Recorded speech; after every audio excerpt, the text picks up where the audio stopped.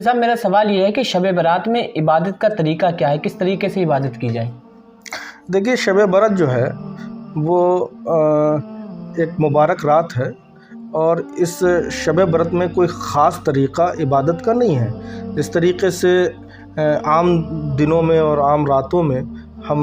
نوافل کی کثرت، درود کی کثرت اور تمام مسنونہ جو قرآن و حدیث کی روشنی میں ہیں ان کو ہم پڑھ سکتے ہیں، اور جس قدر زیادہ سے زیادہ ہو ہم نوافل کی کثرت کریں، قرآن کی تلاوت کریں، اور اس رات اپنے گناہوں سے توبہ کریں،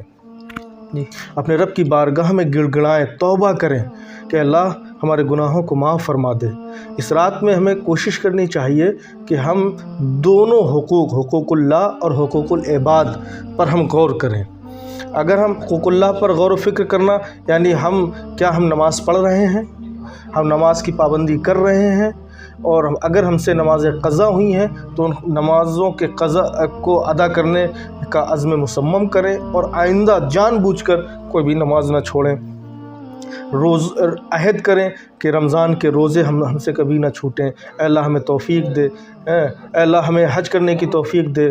بخل سے بچا، مال دولت ہے تو ہم زکوٰۃ دیں اور حج کریں۔ تو وہ تمام عبادات جو رب سے ریلیٹڈ ہیں، جن کو ہم حقوق اللہ کہتے ہیں، ان کو پابندی سے ہم ادا کریں، اور جو کوتاہیاں ماضی میں ہوئی ہیں خصوصی طور پر ہم ان کوتاہیوں پر نادم اور شرمندہ ہوں اور سچی توبہ کریں۔ اور حقوق العباد میں سے جو ہے وہ حقوق العباد کو ہم پورا کرنے کی کوشش کریں۔ اگر کسی کا دل دکھا ہے تو ہم کسی کے ساتھ ہماری بدسلوکی ہے اس سے ہم معافی مانگیں، اور بندوں سے ریلیٹڈ جو بھی حقوق ہیں، اگر ہم نے کسی کا مال ہڑپ لیا ہے ہم اس کو واپس کریں، ہم نے کسی کی زمین ہڑپ لی ہے، ہم نے کسی کا پیسہ مار لیا، کسی کا قرضہ لیا، اس کا قرضہ واپس نہیں کیا، اور کسی کی غیبت کی ہے، چغل خوری کی ہے، قرض کی، وہ تمام حقوق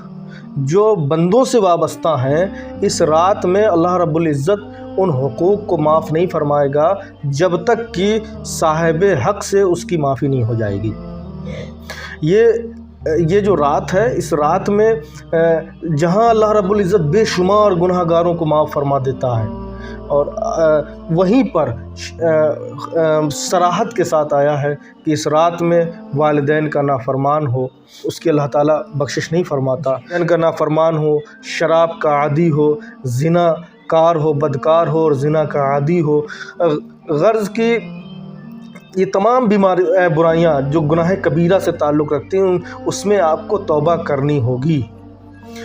بغیر توبہ کے اللہ رب العزت گناہ کبیرہ کو معاف نہیں فرمائے گا۔ تو ہمیں کوشش یہ کرنی چاہیے کہ ہم اپنے آپ کا محاسبہ کریں اس رات میں، پورے سال کیے ہوئے اعمال کا ہم محاسبہ کریں، اور سوچیں کہ ہمارے پورے سال ماضی کا جو ہمارا رجسٹر رب کی بارگاہ میں گیا ہے، کیا وہ رجسٹر رب کی بارگاہ میں دکھانے لائق ہے؟ اس بات کا محاسبہ کریں، اور مستقبل کی فکر کریں کہ مستقبل میں آنے والے سال میں ہمارا جو رجسٹر تیار ہوگا وہ اللہ اور اس کے رسول کے احکام پر چلتے ہوئے تیار ہو، جو بھی ہماری زندگی کا عمل ہو، ہماری جو بھی سانسیں ہیں وہ اللہ اور اس کے رسول کے مطابق گزریں۔ تو اس شب میں کوئی خاص طریقہ نہیں ہے، جس قدر بھی نوافل ہو سکے نوافل ادا کریں، جس قدر قرآن کی تلاوت کر سکتے ہیں قرآن کی تلاوت کریں۔ قبرستان جانا رسول کائنات صلی اللہ علیہ وسلم سے ثابت ہے، قبرستان جائیے،